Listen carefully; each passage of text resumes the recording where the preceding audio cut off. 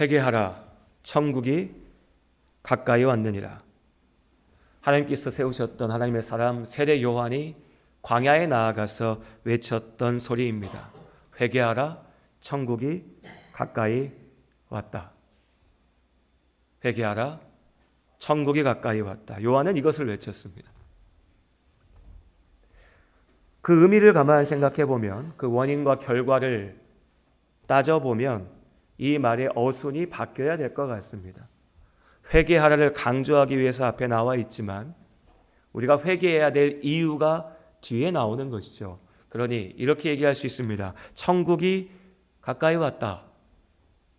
그 천국에 있기 위해서 우리가 회개하여야 한다. 회개하라. 천국이 가까이 왔다. 요한이 외칩니다. 그럼 천국은 무엇일까요? 천국.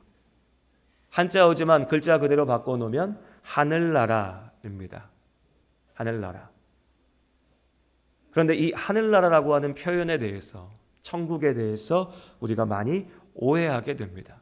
왜냐하면 이 천국이라는 것, 하늘에 있는 어떤 나라라고 하는 것은 성경에만 있는 개념이 아니라 우리의 일반적인 문화 가운데 각각의 민족과 문화권마다 하늘에 있는 어떤 특별한 것, 어떤 특별한 존재, 신에 대한 개념을 가지고 있었거든요. 그러니까 이 천국, 하늘나라라고 하는 말을 들으면 자연스럽게 그냥 내가 이전에 들어서 알고 있었던 어떤 신, 어떤 특별한 존재에 대해서 연결지어 버리는 거죠. 우린 이미 하늘나라에 대해서 알고 있었으니까. 우리 옛날에 옥황상제, 바다에 가면 용왕이 있고 이런 얘기 있지 않습니까? 그렇게 그냥 연결 짓는다는 겁니다. 하나님은 우리 할아버지, 그 할아버지가 믿었던, 알았던 그냥 옥황상제인가 보다, 하늘에 있는 어떤 신인가 보다, 이런 식으로요. 그런데 그럼 왜 마태복음에서 천국이라고 하는 표현을 썼는가? 천국, 하늘나라. 유대인들은 하나님의 이름을 부르는 것을 불편해했습니다. 그래서 구약 성경에 여호와라고 하지만 하나님의 이름을, 하나님이 어떻게 불려져야 되는지 그 이름을 정확히 기록하고 있지 않죠. 다른 표현으로 바꿔서 부르는 겁니다. 우리도 그랬죠. 선생님, 부모님 성함 함부로 부를 수 없다라고 하는 것이 우리 어릴 적 배웠던 우리의 문화였습니다. 존중의 의미였죠. 존경의 의미였습니다. 하물며 하나님의 이름을 우리가 어떻게 부르냐, 하나님을 하나님이라고 부르는 것조차도 그들은 두려워했습니다. 어려워했죠. 하나님을 경외하였으니. 그래서 그 하나님에 대한 것을 비유로 표현하는 것이 유대의 일반적인 문화였고 전통이었습니다. 하나님이 계신 곳이 어디냐? 하늘. 유대인들도, 이스라엘 사람들도 그렇게 생각했습니다. 하늘이 하나님께서 계시는 자리다.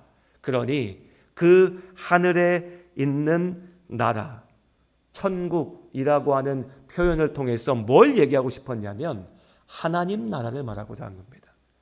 하나님의 나라, 하나님께서 다스리시는 나라. 마태복음은 특별히 그 유대적인 문화를 강하게 반영하고 있는 복음서입니다. 사복음서 가운데서도 마태복음이 특별히 유대인들의 상황들과 그들의 인식, 그들의 정서를 많이 표현하고 있죠. 그래서 유독 마태복음에 이 천국이라고 하는 표현이 자주 등장합니다. 하늘나라. 그런데 이 표현에 대해서 우리가 오해하지 않기 위해서 우리 바꿔서 그 본래의 뜻을 제대로 기억하면서 이 말씀을 보았으면 좋겠습니다. 회개하라, 하나님 나라가 가까이 왔다. 하나님 나라. 하나님께서 다스리시는 나라, 하나님의 뜻대로 이루어지는 나라, 하나님과 온전히 함께하는 나라, 그 하나님 나라가 우리에게 가까이 왔다. 하나님의 통치가 이미 시작되었다. 요한은 외칩니다. 하나님께서는 세상의 주인이십니다. 세상을 만드셨고 이 세상을 지키시고 이루어 가시죠. 지금도, 요한의 때에도, 그 전에도 하나님께서는 변함없이 세상의 주인이십니다. 그렇다면 하나님의 나라는 이미 이 땅 가운데 있는 것이죠. 하나님께서 주인이시니. 그런데 왜 요한은 하나님의 나라가 가까이 왔다라고 얘기하고 있는가? 하나님께서 세상의 주인이시지만 동시에 우리는 성경 가운데 압니다. 죄로 인하여 그 하나님의 온전하신 통치가 훼손되었습니다. 하나님께서 만드신 이 완전해야 될 사람이 죄 가운데 무너졌습니다. 그 죄의 결과가 사망으로, 죽음으로, 고통으로 우리의 삶 가운데, 이 세상 가운데 펼쳐졌지요. 그러니 이제 요한이 다시 하나님의 나라가 우리 가운데 가까이 왔다, 하나님의 나라가 이루어지고 있다라고 외치는 것은 그 하나님의 완전하신 통치가 회복되어지고 있다. 회복의 날이, 달리 표현하면 구원의 날이 우리 가운데 이루어지고 있다. 우리 가운데 다가오고 있다라고 외치는 것입니다. 하나님의 나라가 우리 가운데 가까이 왔다. 그리고 이어서 외치는 말, 회개하라. 회개하라. 그 하나님의 날, 하나님의 나라 가운데 우리가 있기 위하여서, 내가 하나님과 함께하기 위하여, 하나님의 통치 가운데, 하나님의 다스림 가운데 있기 위하여 우리는 어떻게 해야 되는가? 회개하라. 회개하라. 이 회개는 하나님의 나라의 그 통치, 하나님의 뜻에 순종하며 나아가는 것입니다. 요한은 이것을 외쳤습니다. 하나님의 나라가 가까이 왔으니 우리가 회개하여서 그 하나님의 나라 가운데, 구원 가운데 있어야 된다. 그리고 이 회개의 외침은 요한에게서 끝나지 않죠. 요한의 뒤에 오신 분 예수 그리스도께서도 마태복음 4장 17절에 동일하게 외치십니다. 회개하라, 천국이 가까이 왔느니라. 하나님의 나라가 우리 가운데 왔습니다. 그러니 우리는 그 하나님의 나라 가운데 있어야 됩니다. 하나님의 나라가 우리 가운데 펼쳐진다, 우리 가운데 왔다, 하나님의 구원의 날이 이루어진다라고 하는 이 말은 누군가에게는 더할 나위 없는 기쁨의 말이지만요, 누군가에게는 너무나 무섭고 두려운 말입니다. 오늘 요한은 얘기합니다. 나는 물로 세례를 베풀지만, 나는 길을 여는 자이고, 나는 앞서서 외치는 자이지만, 이제 참으로 그 하나님의 나라를 이루실 그 나라의 왕이신 예수 그리스도께서 오시면 그분은 11절의 말씀에 보면 성령과 불로 너희에게 세례를 베푸실 것이다 라고 이야기합니다. 성령과 불로. 그리고 이어지는 12절의 말씀에 보면 오실 그분이 이루실 하나님의 나라의 일이 무엇인가 라고 보면 타작마당을 정하여서 알곡은 곡간에 드리고요, 죽정이는 꺼지지 않는 불에 태우는 것, 그것이 하나님 나라의 도래, 하나님 나라가 이 땅 가운데 이루어지는 겁니다. 하나님 나라와 천국이 와? 그럼 다 좋겠네, 기쁘겠네, 할렐루야. 예, 할렐루야죠. 그 하나님 나라 가운데 있을 수 있는 이에게는, 그러나 하나님 나라 가운데 있지 못하는 자에게 주님 오시는 그날은, 하나님 나라의 완성은 내가 죄 가운데 적당히 퉁치면서 버틸 수 있는 우리의 지금 이 시간들이 없어지는 겁니다. 도망갈 자리가 없는 거죠. 불로, 심판으로, 영원한 죽음으로 던져지는 자리인 겁니다. 예수께서는 구원의 주이십니다.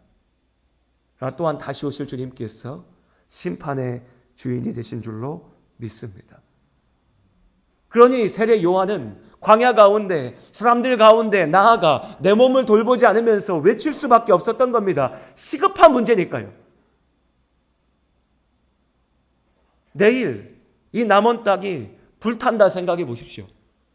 내일 이 땅에 있는 사람들이 죽는다고 생각해 보십시오. 여러분 어떻게 하시겠습니까?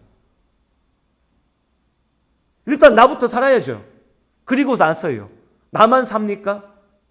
내가 사랑하는 사람들 있지 않습니까? 내 가족들, 내가 사랑하는 사람들 살려야 되지 않겠어요? 가서 전해야죠. 외쳐야죠.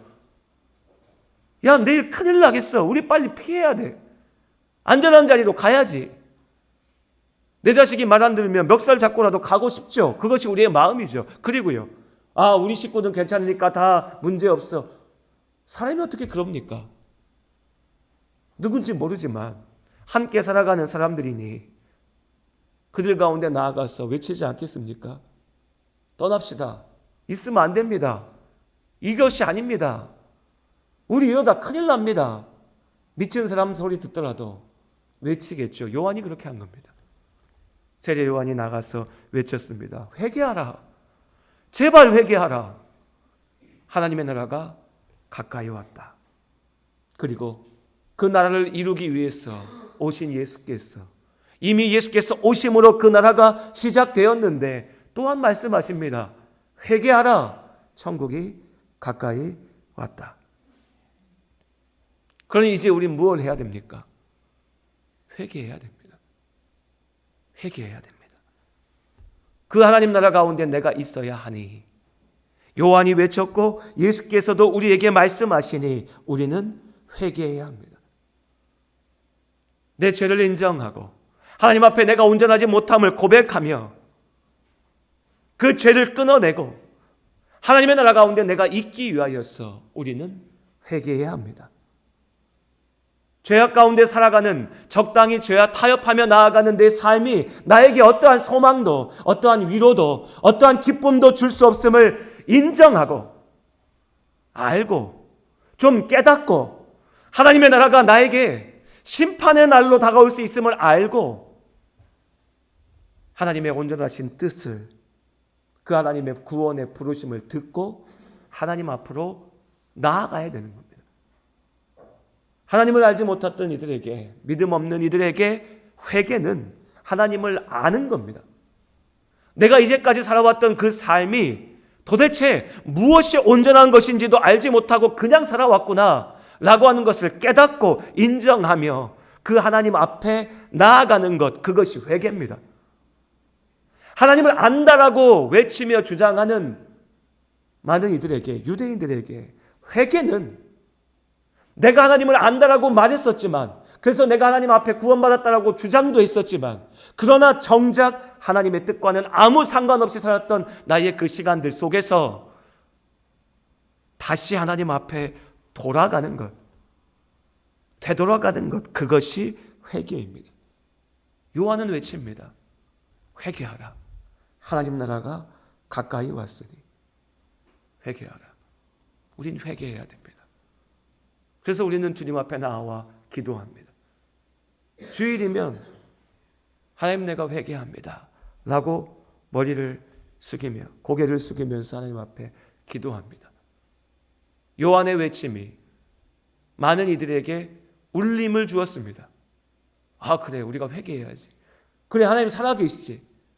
야, 저 위대한 선지자처럼 보이는 요한이 저렇게 외치니까 우리가 그 말 듣고 가서 회개하자. 많은 사람들이 요한에게 찾아왔습니다. 뭐 하려요? 회개하기 위해서요. 회개하기 위해서 찾아왔습니다. 그런데요, 그렇게 요한에게 세례받기 위해서 찾아온 사람들에게 요한은 뭐라고 얘기했는가? 7절의 말씀, 누가복음 3장 7절 말씀, 오늘 마태복음 3장 7절 말씀 우리 함께 읽겠습니다. 3장 7절의 말씀 함께 읽겠습니다. 요한이 많은 바리새인들과 사두개인들이 세례 베푸는 대로 오는 것을 보고 이르되, 독사의 자식들아, 누가 너희를 가르쳐 임박한 진노를 피하라 하더냐. 요한이 뭐라 얘기합니까? 독사의 자식들아, 누가 피하라 하더냐라고 이야기합니다. 여러분이 우리가 지금 이 자리에 있다고 한번 생각해 보십시오. 저기서 요한이 자꾸 외치는 거예요. 누가 서서 회개해야 된다고, 회개해야 하나님 나라 가운데 있을 수 있다고, 하나님 나라가 우리 가운데 왔다고 외칩니다. 처음에는 미친 사람인가 하고 지나가는데, 지나가다 보니까, 듣다 보니까 그 말이 자꾸 귀에 들어와요. 맞는 말 같아요. 나는 기왕에 하나님을 알고 있어요. 하나님을 믿는 사람이에요. 그러다 보니까 그 회개하라고 하는 외침이 어느 순간 내 마음에 찔리기 시작합니다. 아, 그래, 내가 회개해야지. 그래, 내가 하나님 알고 사는데, 나도 교회 다녔는데. 그 말을 듣고 가는 겁니다. 그 사람한테 가서. 그래요, 나도 회개할게요. 나도 회개할 테니까 나한테도 세례 주세요. 물로 나를 씻어주세요. 간 겁니다. 자, 그럼 그 외쳤던 요한은 뭐라고 얘기해야 됩니까? 우리 생각 같으면 그렇잖아요. 아이고 잘했습니다. 그래요, 당신이 깨달았군요. 훌륭합니다. 멋집니다. 당신은 이제 구원받았습니다. 당신한테는 아무 문제도 없을 겁니다. 이렇게 얘기해야 될 것 같잖아요. 그런데 요한이 뭐라고 합니까? 독사의 자식들아, 누가 너희를 가르쳐 임박한 진노를 피하라 하더냐.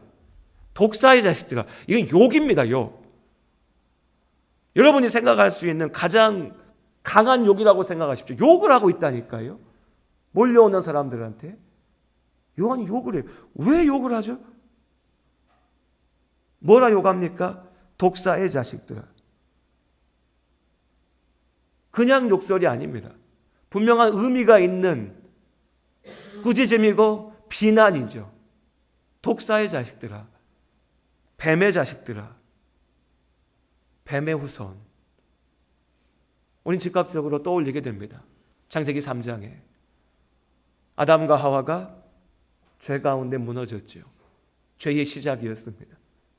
우리 가운데 주어져 있는 모든 삶의 문제들, 인생의 고통, 죽음의 시작이었습니다.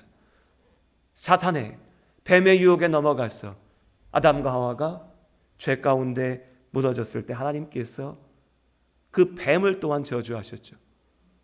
뱀의 후손들, 그리고 여자의 후손이 오셔서 그 죄 가운데 우리를 구할 거다 말씀하셨습니다. 우린 그 하나님의 말씀이, 창세기 3장에서 주셨던 그 말씀이 어떻게 우리 앞에 펼쳐졌는지를 알고 있습니다. 여자의 후손으로 우리를 구원하기 위하여 이 땅에 오신 이가 예수 그리스도십니다. 그 예수 그리스도께서 구원하기 위하여 오신 이 땅 가운데 죄악 가운데 무너져 있는 자들 가운데 뱀의 후손, 독사의 자식들이 있는 겁니다. 누굽니까? 오늘 마태복음 3장 7절의 말씀에 보면 많은 바리새인들과 사두개인들이 왔고 그들을 보면서 독사의 자식들이라 부르는 것처럼도 보입니다. 아, 그러면 요한은 사두개인과 바리새인들에게 한 말이구나, 사두개인과 바리새인이 아니면 문제가 없구나 라고 생각할 수도 있지만, 누가복음 3장 7절의 말씀에 보면 동일한 사건에 동일한 상황 속에서 요한이 세례받으러 나오는 무리에게 그렇게 외쳤다라고 말하고 있습니다. 무리에게. 물론 그 무리 가운데는 사두개인과 바리새인들도 함께 포함되어져 있었죠. 하지만 단지 그들만은 아니었다는 겁니다. 바리새인들과 사두개인들로 대표되는 어떤 사람들이었죠. 그들이 뱀의 후손과 같은 짓을 하고 있었던 겁니다. 회개의 자리에 나오면서도 어떤 모양이었습니까? 이어지는 말씀이죠. 9절 말씀에 속으로 아브라함이 우리 조상이다, 나에게는 별 문제가 없다 라고 생각하지 말라. 무슨 얘기입니까? 회개의 자리에 나오면서도 이 바리새인들은, 사두개인들은, 어떤 유대인들은 이 모든 일들이 그저 하나의 형식이었던 겁니다. 나 하나님 아는데, 나 하나님 믿는데, 아, 저 요한이 외치네, 저 사람 대단해 보이네, 뭔가 능력 있어 보이네, 선지자인가 보다. 우리 신앙생활 오래 하신 분들 그런 거 있지 않습니까? 한국 교회에 정말 왜 그런 잘못된 관습이 생겼는지 모르지만 누가 영권 있다라고 하면 머리부터 들이밀고 가잖아요. 이거 나한테도 기도 좀 해주세요. 복을 빌어주세요. 바리새인들은, 사두개인들은 지금 그런 마음으로 요한에게 나아가는 겁니다. 이 사람들이 회개를 몰랐을까요? 이 사람들이 하나님을 모릅니까? 알죠. 너무나 잘합니다. 너무나 익숙하죠. 그들은 요한의 외침을 그저 내 안에 있는 그 틀 속에서 이해한 겁니다. 하나님의 능력 있는 선지자인가 보네. 그래, 그 앞에 가서 내가 회개를 한번 외쳐야지. 하나님 한번 외쳐야지. 그래서 용서받아야지. 그래서 은혜를 누려야지. 그래서 복 받아야지. 나에게 닥칠 심판? 그런 건 없지. 왜요? 나는 아브라함의 후손이니까. 나는 이미 구원받은 사람이니까. 나는 특별한 선택을 받은 사람이니까. 그들에게 요한이 외치는 겁니다. 독사의 자식들아, 너희는 하나님의 선택받은 이들 가운데 없다라는 겁니다. 없다. 그리고 우리의 회개를 생각합니다. 회개하라. 아무런 감동도 주지 못하는 말입니다. 오늘날 많은 그리스도인들에게, 우리에게. 왜요? 너무 익숙하니까. 너무 익숙합니다. 예배 때마다, 교회에 오면, 어지간한 설교 때마다 우리는 이 말씀을 듣습니다. 회개해야 된다고. 그리고 우리는 회개가 뭔지 알고 있습니다. 내가 잘못한 거 하나님한테 얘기하는 거. 그렇게 내가 얘기하고 하나님 잘못했습니다 하면 하나님이 나 용서해 주는 거. 사람들에게 사기를 치고 가정을 파탄내고 심지어 사람을 죽이고도 감옥에 들어앉아서 성경 몇 구절 읽고 하나님 내가 잘못했습니다. 용서해 주십시오. 나 회개했으니까 하나님이 나 이제 용서해 주셨어. 너무나 쉽게 얘기합니다. 마치 사두개인들, 바리새인들처럼. 우리의 회개는 어떠합니까? 여러분, 우리의 회개는 때로 감정적입니다. 죄를 고백하며 애통하는 눈물을 흘릴 수 있으면 그것이 회개라고 생각합니다. 그냥 말로만 회개할 때는 내가 오늘 회개 절반만 했는데 오늘은 내가 하나님 나는 왜 이럴까요? 라고 하면서 기도했는데 오늘따라 마음이 막 뜨겁고 왠지 눈물이 나고 그래서 막 내가 눈물을 흘리고 기도했으면 오늘은 나는 정말 제대로 회개하면서 기도했어 라고 생각합니다. 분명히 회개에는 애통의 감정이 함께합니다. 하나님께서 우리에게 그 감정을 주셨으니 감정을 통해서도 일을 하시죠. 하지만 그 감정이 전부일 수는 없습니다. 내 마음의 그 부끄러움이, 그 슬픔이, 그 애통하는 마음이 참된 회개로 나아가는 어떠한 동력이 될 수는 있겠지만 내가 그냥 슬퍼하고 내가 그냥 부끄러워하고 내가 그냥 눈물 몇 번 흘렸다라고 이전에 나의 죄가 다 씻어지고 내가 참으로 회개한 것이 되고 내가 하나님의 기준에 합당한 삶의 모습으로 나아갈 수 있는 게 아니라는 겁니다. 술에 취해 사는 남편이 있습니다. 술만 먹으면 집에 와서 부인을, 아내를 때립니다.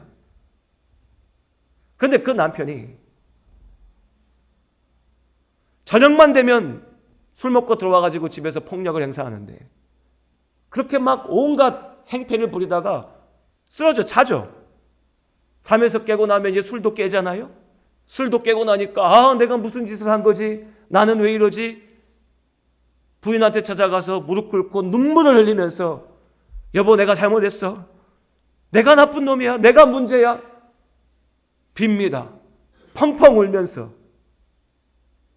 그럼 불쌍해 보이죠. 그래도 저 사람이 저렇게 우는데 용서해 줍니다. 하루가 지나고 다시 저녁이 오면 또 가서 술을 마시고 취해가지고 와서 폭력으로 행패를 부립니다. 하루, 이틀, 일주일, 한 달, 이게 반복됩니다. 회개입니까? 우리 한번 대답을 해보자고요. 회개입니까? 죄를 고백한 겁니까? 아니잖아요.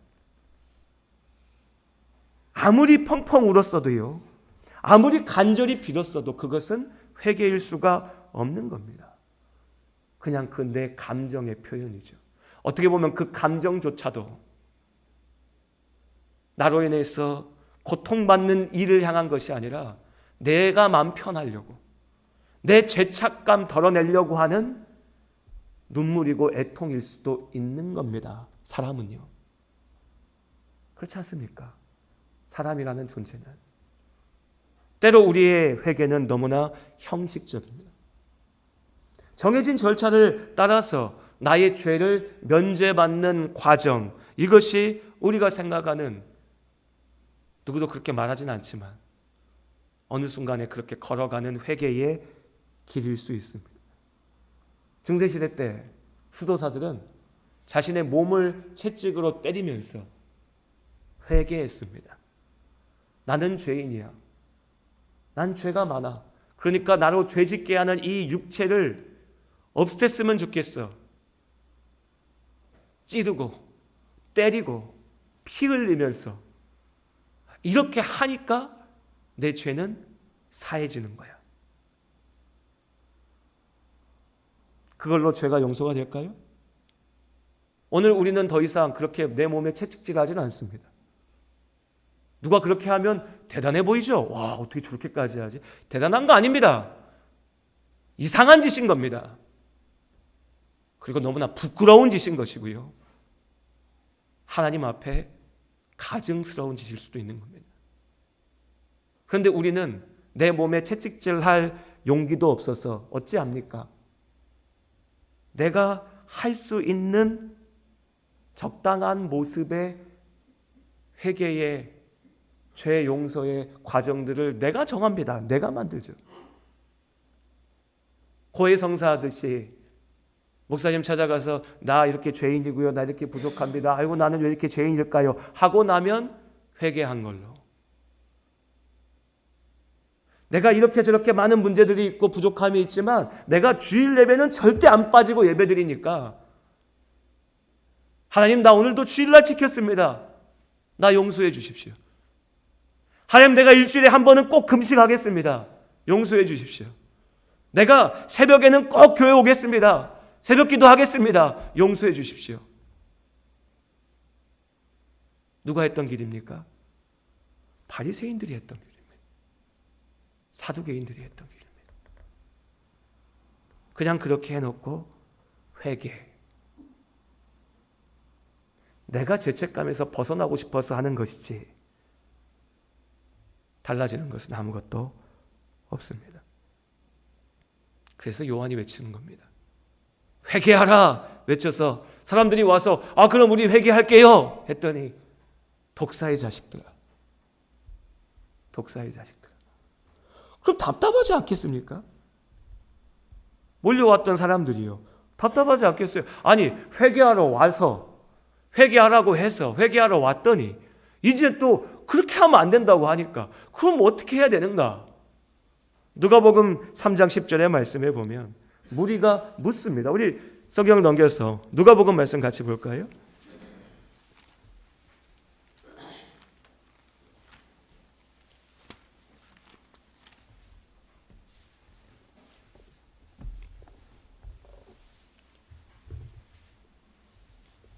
신약성경 92쪽에 누가복음 3장 10절입니다. 마태복음 3장과 같은 사건을 이야기하고 있습니다. 3장 10절 함께 읽겠습니다. 무리가 물어 이르되 그러면 우리가 무엇을 하리이까? 그렇죠. 우리 같아도 그 말 나오지 않겠습니까? 저부터도 그럴 것 같아요. 회개하라고 해서 갔더니 독사의 자식아 이러니까 기분 나쁘잖아요. 너 그렇게 하면 안 돼 이러니까 그럼 뭐 어떻게 하라고? 물어봐야죠. 우리가 무엇을 하리이까? 나보고 뭘 어떻게 하라고? 뭐가 회개인데? 라고 묻습니다.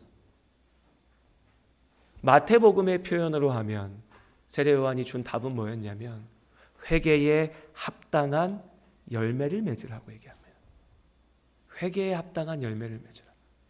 너희가 말하는 그 회개라고 하는 것이 지금 그저 어떤 종교적인 형식이고 어떤 감정적인 분출이고 그래서 너희 스스로 죄책감을 덜어내고 너희 스스로 만족감을 누리며 나는 하나님 나라 있을 거야 라고 생각하기 위한 너희가 만들어낸 너희의 기준이면 그건 절대 하나님의 뜻일 수 없으니 그건 회개일 수 없으니 너희가 그래서 하나님 나라 가운데 있을 수는 없으니 너희의 참된 회개로 믿음으로 열매를 맺으라 라고 이야기합니다. 그리고요 누가복음 3장에서는 그 회개의 그 믿음의 열매의 구체적인 내용까지 이야기하고 있습니다. 우리 3장 11절부터 14절까지 말씀 우리 함께 한 목소리로 저와 여러분이 한 절씩 읽겠습니다. 11절부터 14절입니다. 대답하여 이르되 옷 두 벌 있는 자는 옷 없는 자에게 나눠줄 것이요 먹을 것이 있는 자도 그렇게 할 것이니라 하고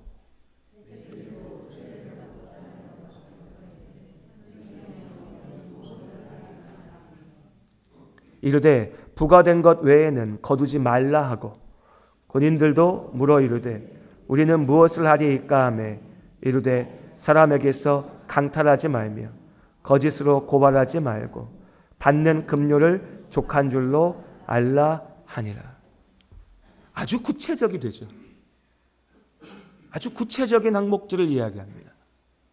회개하라는 큰 이야기였다면요, 그럼 어떻게 회개하냐라고 얘기할 때 요한은 구체적으로 이야기합니다. 옷 두 벌 있으면 네가 가지고 있는 그 옷 두 벌 중에 한 벌을 없는 자에게 주어라. 먹을 것이 있다면 그 먹을 것도. 옷 두 벌 있다고 부자입니까? 부자 아닙니다. 당연히요. 부자 아닙니다. 그러나 너에게 주어진 그것을 가지고서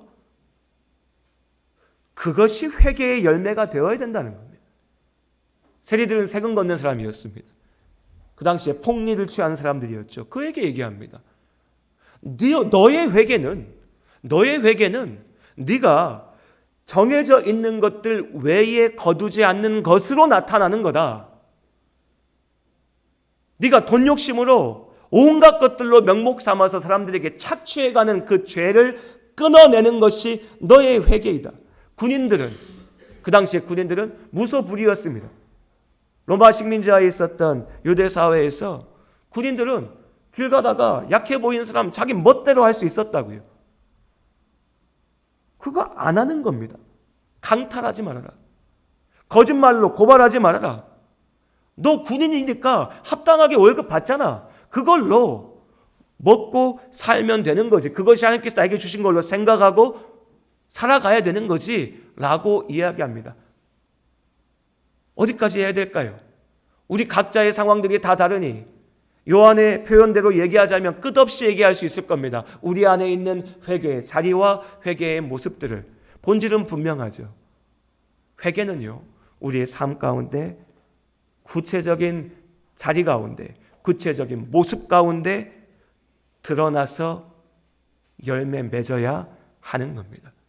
우리의 회개의 모습들은, 우리가 회개해야 될 우리의 죄는 저 공중에 떠 있는 어떠한 것이 아니라 내 삶 속에서 오늘 나의 입으로, 오늘 나의 말로, 오늘 나의 행동으로, 오늘 나의 삶을 통하여서 드러나지는 모든 문제들, 죄악들, 그 속에 나의 회개가 있는 겁니다. 그러니 우리 어떻게 회개해야 될까요? 여러분, 막연하게 회개하지 마시기를 바랍니다. 일주일에 한 번 교회 왔으니까 주여 내가 죄인입니다. 네, 죄인입니다. 그럼 어떻게 죄인입니까? 어떻게 죄인입니까? 내가 무엇을 도둑질했습니까? 내가 누굴 괴롭혔습니까? 내가 어떤 영혼을 죽이려 했습니까? 내가 어떻게 하나님의 말씀 앞에 순종하지 못했습니까?